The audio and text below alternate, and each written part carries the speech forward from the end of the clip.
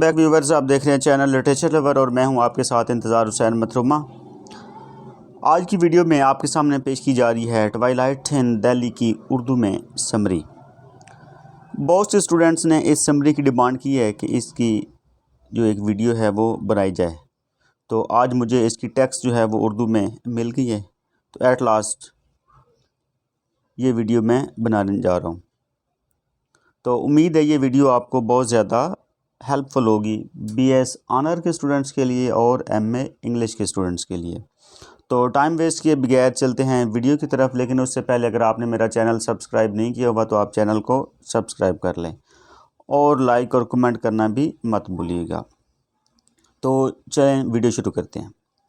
Twilight ان دہلی جو ہے یہ احمد علی کا ایک بہت ہی خوبصورت ناول ہے، جو ہمارے سب کانٹیننٹ کا جو کلچر ہے، جو سویلائزیشن ہے، اس کو بیسیکلی یہ جو ہے وہ پورٹری کرتا ہے، ہمیں دکھاتا ہے۔ تو یہ ناول ہمیں اس وجہ سے بھی زیادہ اٹریکٹ کرتا ہے کہ یہ ہمارے اپنے انڈیا اور پاکستان کے اپنے کلچر سے ریلیٹڈ ہے، جس میں بہت سی چیزیں جو ہیں وہ ہمیں ابھی بھی نظر آتی ہیں۔ تو سمری یہ ہے ٹوائلائٹ ان دہلی، جس کا ترجمہ ہم دلی کی شام کے الفاظ میں کر سکتے ہیں۔ احمد علی کا ایک شاہکار معاشرتی ناول ہے جو برصغیر کی اسلامی تہذیب و تمدن کی عکاسی کرتا ہے۔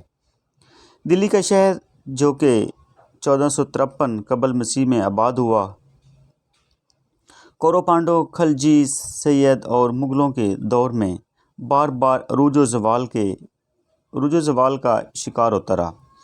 یہ 19ویں صدی کے آخری عشرے میں بڑے بڑے باکمال شعراء کی آماجگاہ بن چکا تھا۔ ناول کا مرکزی کردار میر نہال، اپنی بیوی بیگم نہال، بیٹے اصغر، بیٹی مہروزمانی اور اپنے مرحوم بھائی کی بیوی بیگم جمال کے ساتھ دلی کے کوچہ نیاریاں میں رہائش پذیر ہے۔ اس کی ایک بیٹی بیگم وحید بیوہ ہو چکی ہے، لیکن اپنے بیٹے اور بیٹی کے بہتر مستقبل کے لیے سسرال کے ساتھ بھوپال ہی میں رہتی ہے۔ اس کے بیٹے حبیب الدین اور ببیر الدین سرکاری ملازم ہیں اور دوسرے شہروں میں رہتے ہیں اور خاص مواقع پر ہی اپنے باپ کے گھر آتے ہیں۔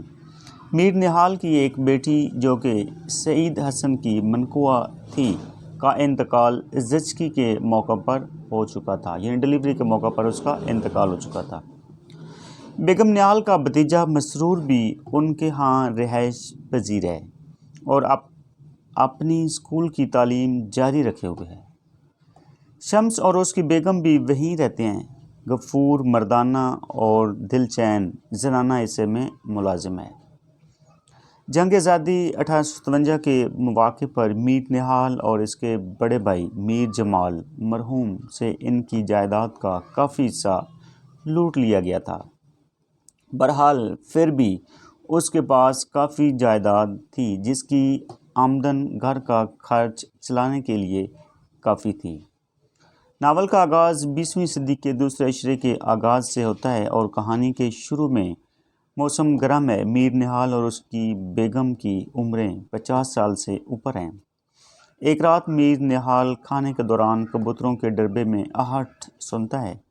وہ کھانا درمیان میں چھوڑ کر اٹھ بیٹھتا ہے اور بڑی تگ و دو کے بعد وہاں موجود سانپ کو پکڑ لیتا ہے اور اسے لہرا کر فرش پر مار کر جان سے مار ڈالتا ہے۔ اس کے کبوتر بہت ماہر ہیں اور اپنے ساتھ ایک پڑوسی خواجہ اشرف کے چند کبوتروں کو بھی ساتھ لے آتے ہیں، جنہیں میر نہال ایک الگ ڈربے میں بند کر دیتا ہے۔ اصغر بلقیس کا عاشق ہو چکا ہے، جو اس کے رشتے کے بھائی کی سالی ہے اور مرزا شہباز بیگ کی بیٹی ہے۔ اصغر بلقیس سے شادی کرنا چاہتا ہے، لیکن اسے معلوم ہے کہ اتنا آسان نہیں ہے کیونکہ وہ سید گھرانے سے تعلق رکھتا ہے، جبکہ بلقیس کا باپ مغل ہے۔ اصغر بہت سوچنے کے بعد اس مسئلے کا یہ حل نکالتا ہے کہ اپنی بڑی بہن بیگم وحید کو بھوپال خط لکھ کر دلی بلا لیتا ہے۔ تمام اہل خانہ میر نہال سمیت اس کی آمد پر خوش ہوتے ہیں۔ اس رات 10 بجے کے بعد جب بہن بھائی کو ذاتی گفت و شنید کا موقع ملا تو اصغر نے اپنی محبت کے بارے میں اسے آگاہ کیا اور دھمکی دیتا ہے کہ اگر ماں باپ نے اس کی شادی بلقیس سے نہ کی تو وہ خودکشی کر لے گا۔ کامن ٹرینڈ جو کہ ابھی بھی ہماری سوسائٹی میں ہو رہا ہے۔ اگلے دن وہ ماں کو اس ضمن میں اعتماد میں لیتی ہے۔ اس کی ماں کو علم ہے کہ یہ رشتہ اتنی آسانی سے طے ہونے والا نہیں، کیونکہ میر نہال اپنے خاندان کے فرد اشفاق کی شادی بلقیس کی بہن سے ہو جانے کے باوجود اس رشتے کو ٹھیک نظر سے نہیں دیکھتے تھے، کیونکہ ان کے خیال میں سیدوں اور مغلوں کا کوئی جوڑ نہ تھا۔ بلقیس بیگم نہال میر نہال سے اصغر کے رشتے کی بات کرتی ہے اور دبی زبان سے بتاتی ہے کہ اصغر بلقیس سے شادی کا خواہش مند ہے اور دوسری صورت میں وہ خودکشی کی دھمکی دیتا ہے۔ میر نہال یہ سن کر مایوس ہو جاتا ہے اور رشتہ ہونے کی صورت میں اصغر سے مکمل طور پر قطع تعلق کرنے کی دھمکی دیتا ہے۔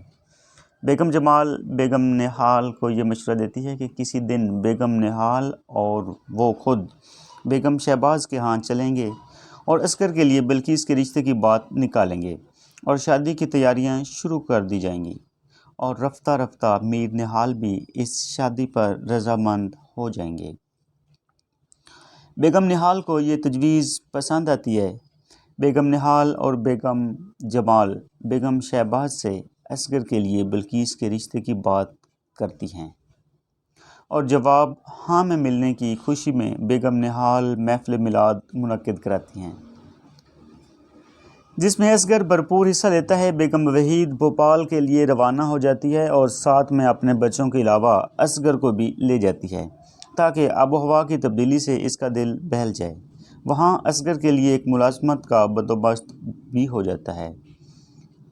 اب 1911 کی گرمیوں کی ایک سپہر کو میر نہال شیخ نور الہی اینڈ سنز لیس ڈیلرز چوبڑی بازار کی دکان سے نکلتا ہے۔ اسے یاد آتا ہے کہ صبح وہ کبوتروں کو پانی ڈالنا بھول گیا ہے۔ جب وہ گھر آ کر دیکھتا ہے تو ڈربے میں کئی کبوتر مر چکے ہوتے ہیں اور کئی کبوتر مرنے والے ہوتے ہیں۔ وہ پانی ڈالتا ہے اور دل میں دکھ محسوس کرتا ہے۔ اسی وقت اسے پیغام ملتا ہے کہ اس کی داشتہ بہن جان کی طبیعت بہت خراب ہے۔ وہاں جا کر اسے پتہ چلتا ہے کہ ببن جان وفات پا چکی ہے، اور وہ غم سے بوجھل دل کے ساتھ ببن جان کے پرسکون چہرے پر ایک نظر ڈالتا ہے اور چادر ڈھک دیتا ہے، یعنی اوپر چادر کرا دیتا ہے۔ اس کی ماں کو کچھ رقم دے کر وہ وہاں سے واپس گھر آ جاتا ہے۔ اگلی صبح ناشتے کے وقت اسے اچانک خیال آتا ہے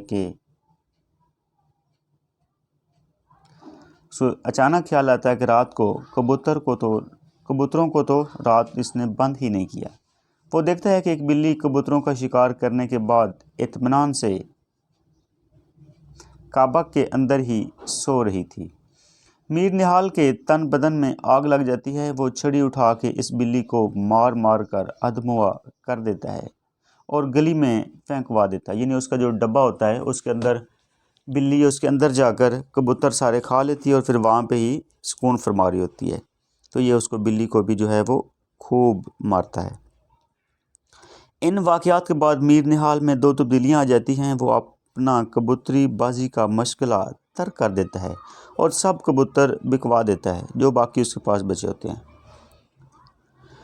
وہ لیس کا کاروبار کرنا چھوڑ دیتا ہے کیونکہ اس کے گھر کے لیے جائیداد کی آمدنی اور بیٹوں کی بھجوائی ہوئی رقم کافی فالتو کمائی وہ اپنے داشتہ کے لیے کرتا تھا، اور گھر میں یہ بتا کر وہاں چلا جایا کرتا تھا کہ وہ اپنے دوست نواب ببن کے ہاں جا رہا ہے، یعنی وہ ایکسٹرا کمائی اس لیے کرتا تھا کہ وہ اپنی گرل فرینڈ کو دیکھ سکے۔ تو اب اس کی گرل فرینڈ جو ہے وہ مر چکی ہے، تو اس لیے اب اس کو جو ہے وہ ضرورت نہیں ہے ایکسٹرا کمائی کی، تو وہ کہتا ہے کہ مجھے کاروبار کرنے کی کیا ضرورت ہے۔ اب میر نہال دن بھر گھر ہی رہتا ہے اور وہ اپنا یونانی ادویات کا مشغلہ اور کیمیا گری کا شغل پھر سے اختیار کر لیتا ہے، جسے کبھی اس نے دیگر مصروفیات کے باعث ترک کر دیا تھا، اور دیگر مصروفیات میں سب سے بڑی مصروفیت اپنی گرل فرینڈ کے ہاں جا کے رہنا تھا۔ اس لیے دوست کمبل پوش میر سانگی وغیرہ وغیرہ دوبارہ اس کے پاس آنے لگتے ہیں اور مردانے میں ادویات اور کیمیا گری کے بارے میں گپے مارنے اور عملی تجربات ہونے لگتے ہیں۔ ایک دن نواب پتن کے ہاں سے واپسی پر وہ اپنے آپ کو بوڑھا اور ناتواں محسوس کرتا ہے اور سوچتا ہے کہ اس نے عزت نفس کا زندگی بھر خیال رکھا ہے، لیکن اب ان کا خیال رکھنا نئی نسل کی ذمہ داری ہے۔ چنانچہ اس روز وہ گھر آمد پر اعلان کرتا ہے کہ وہ اصغر اور بلقیس کے رشتے کے لیے راضی ہے۔ اس کے اس اچانک اعلان سے گھر بھر میں خوشی کی لہر دوڑ جاتی ہے اور اصغر کی شادی کی تیاریاں اور زور و شور سے ہونے لگتی ہیں۔ رمضان شریف کی آمد اور اس کے بعد عید کی گہما گہمی، ہر طرف خوشیوں کا سماں ہے۔ بیگم وحید اور اصغر بھی بھوپال سے واپس آ جاتے ہیں اور اصغر نے اپنی تنخواہ میں سے جمع شدہ 1000 روپے کی رقم میر نہال کو پیش کرتا ہے اور میر نہال اصغر سے بہت خوش ہوتا ہے۔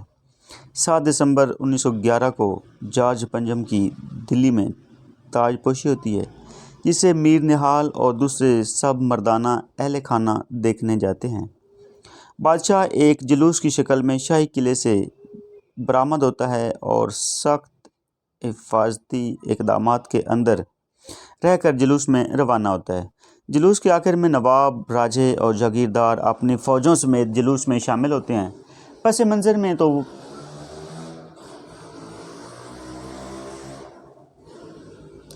منظر میں توپیں سلامی دے رہی ہوتی ہیں، جو بقول میر نہال اس بات کی علامت ہیں کہ انگریز نے طاقت کے ذریعے اس ملک کو فتح کیا ہے اور طاقت کے بل بوتے پر ہی اپنی سامراجی حکومت چلاتے رہنے کے خواہاں ہیں۔ میر نہال کو یہ جلوس دیکھ کر 14 ستمبر 1857 کا تاریخی دن یاد آتا ہے، جب دلی کا سقوط ہوا تھا اور جامع مسجد کی سیڑھیاں مسلمانوں کے خون سے سرخ ہو گئی تھیں۔ وہ ہندوستان کی سامراجی غلامی پر سخت ناخوش ہیں۔ بہرحال جس نے تاج پوشی کے فوراً بعد تمام ہندوستانی اور اسلامی روایات کی پاسداری کرتے ہوئے اصغر کی شادی بڑی دھوم دھام سے انجام پاتی ہے۔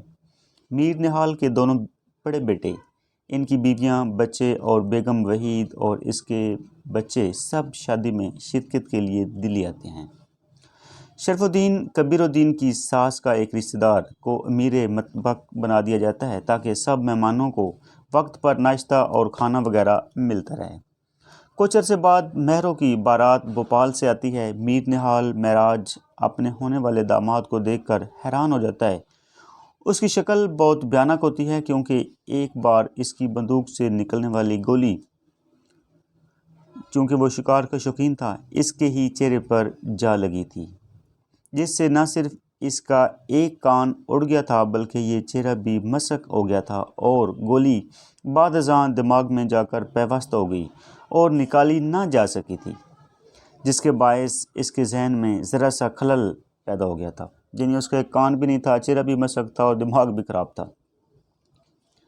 میر نہال کہتا ہے کہ وہ اپنی بیٹی کو قضاء کے حوالے نہیں کرے گا، لیکن اپنے بیٹے حبیب الدین کے سمجھانے پر وہ شادی میں رضامند ہو جاتا ہے، کیونکہ بیٹے کا موقف یہ ہوتا ہے کہ بارات کے خالی واپس جانے پر لوگ دلہا کو کچھ نہ کہیں گے بلکہ دلہن کو ہی موجب خطا گردانیں گے۔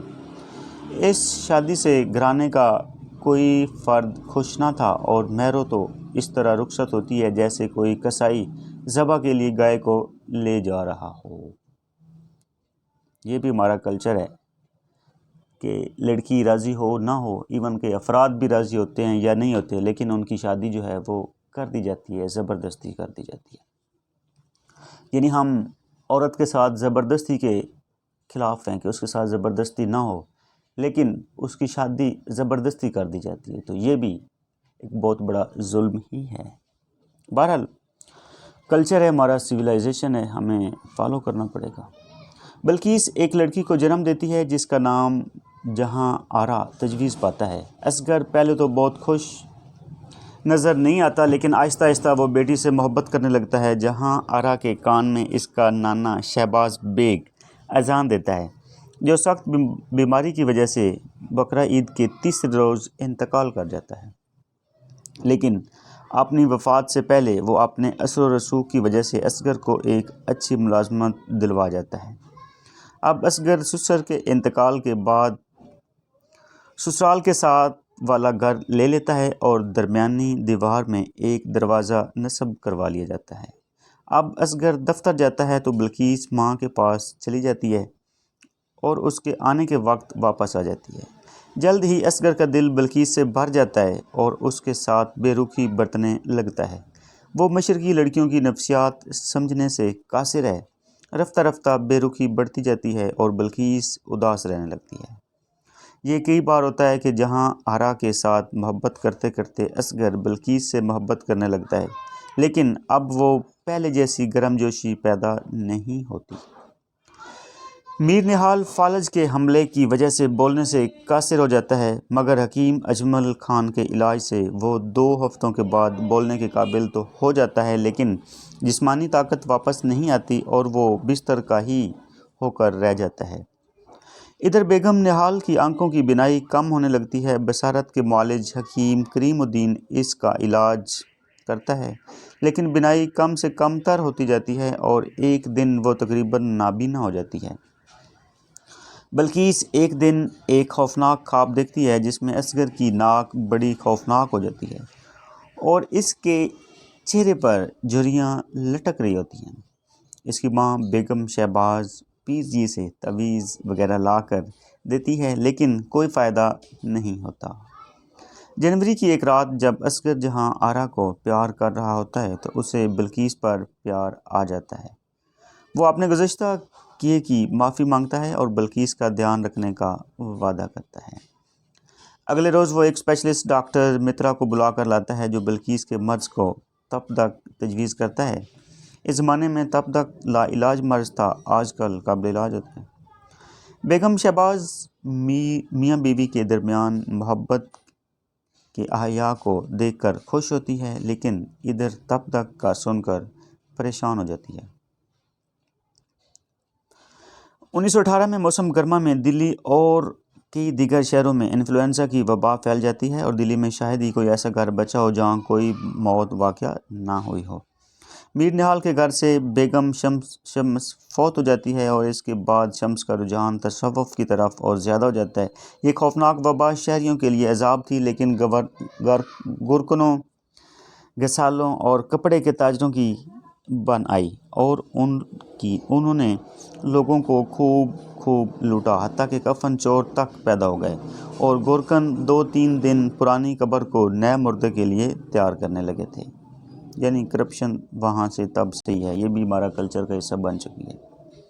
بلقیس کی قوت ارادی جواب دے جاتی ہے اور اس کی بہتر ہوتی ہوئی صحت اچانک گرنے لگتی ہے اور حالت خراب سے خراب تر ہونے لگتی ہے۔ بیگم نہال اس کی دل جوئی کے لیے دل چین اور مسرور کو اس کے ہاں بھیج دیتی ہے۔ ایک دن صبح 4 بجے بلقیس جہان فانی سے کوچ کر جاتی ہے۔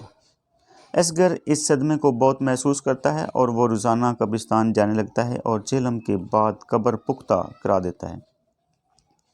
وہ جہاں آرا کا خیال رکھتا ہے جو زہرا یعنی بلقیس کی 16 سالہ بہن کے ساتھ بہت مانوس ہے۔ جہاں آرا کی معرفت اصغر اور زہرا ایک دوسرے کے قریب آ جاتے ہیں اور ایک روز وہ دونوں ایک دوسرے کی محبت میں گرفتار ہو جاتے ہیں۔ بلقیس کو فوت ہوئے ابھی صرف 6 ماہ ہوئے ہیں۔ میر نہال کا منجلا بیٹا حبیب الدین ناسازی مطبع کی وجہ سے دلی آ جاتا ہے اور حکیموں سے علاج کرواتا ہے۔ اس کا 12 سالہ بیٹا نسیم بھی اس کے ساتھ ہے جس کی ذہانت پر اسے ناز ہے۔ اصغر اپنی ماں اور اپنے باپ سے زہرا کے لیے رشتے کی اجازت لیتا ہے اور اس سلسلے میں بیگم جمال اور انجم زمانی ناراض ہو کر میر نہال کا گھر چھوڑ جاتی ہیں، جہاں وہ پچھلے 40 برس سے رہ رہی ہیں۔ میر نہال جو پہلے ہی بستر پر لیٹا ہے اس رخصت کو بہت محسوس کرتا ہے، لیکن سوال اس کی عزت نفس کا ہے، لہٰذا اسے سہنا پڑتا ہے۔ جیسا کہ کہا جاتا ہے کہ قہر درویش بر جان درویش، یعنی جب درویش پر مصیبت آتی ہے تو کوئی اس کی مدد نہیں کرتا، اسے خود ہی برداشت کرنا پڑتی ہے۔ اب یہی اس کا مقدر ہے۔ حبیب الدین کی طبیعت کی بحالی کے لیے ڈاکٹر مترا کو بلایا جاتا ہے اور اس کی مرض کو تب تک تجویز کرتا ہے۔ مہنگی دوائیں کھانے کے باوجود اس کی طبیعت مزید سے مزید خراب ہوتی چلی جاتی ہے اور اکتوبر کے مہینے میں اسے مرتانے سے زنانے میں پہنچا دیا جاتا ہے تاکہ خواتین اس کے قریب رہ سکیں اور اس کی دیکھ بھال کر سکیں۔ میر نہال کو روزانہ ایک بار زنانے میں لایا جاتا ہے اور وہ اپنے بیٹے کو موت میں